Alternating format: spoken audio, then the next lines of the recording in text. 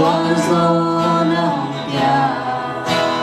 qua gió nắng qua gió mang cu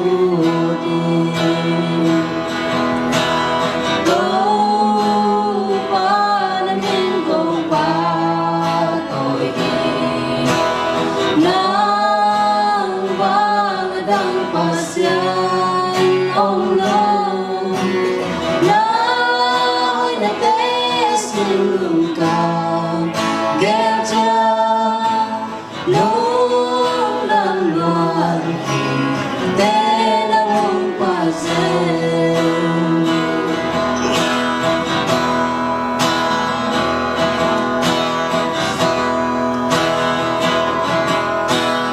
sông bằng xa na biêu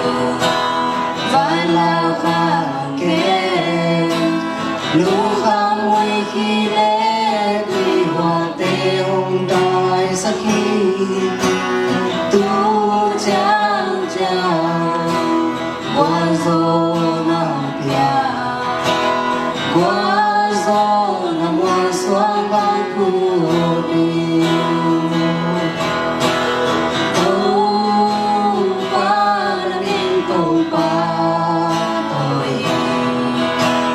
nắng vàng đang qua xiên ông lâu nắng ôi nắng té xin lùng cao ghé cha lúc đang loạn té đâu qua rơi đâu qua nắng in cầu qua tôi nắng vàng đang qua xiên